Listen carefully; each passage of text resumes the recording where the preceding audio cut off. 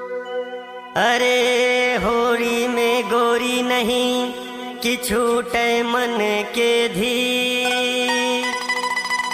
अरे खोल के मारा घर के तय लगावन दे नयबी।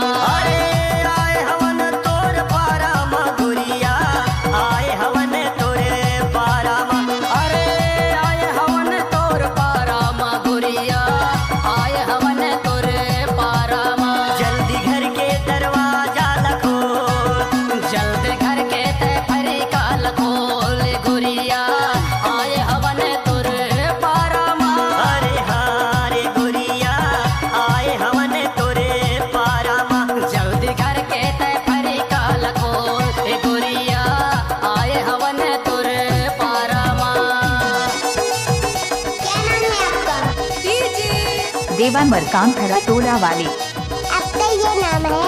अच्छा?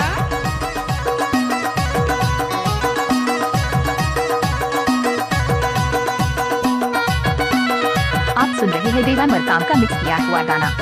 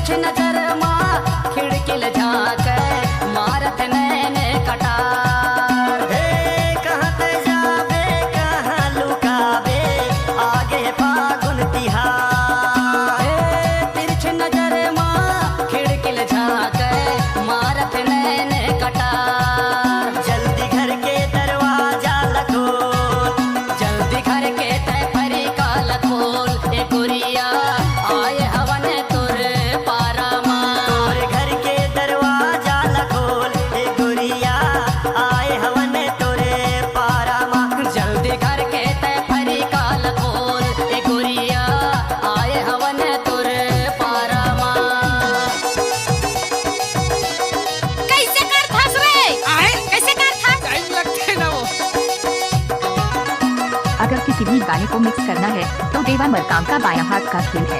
अच्छा? आप सुन रहे हैं देवा मरकाम का मिक्स किया हुआ गाना।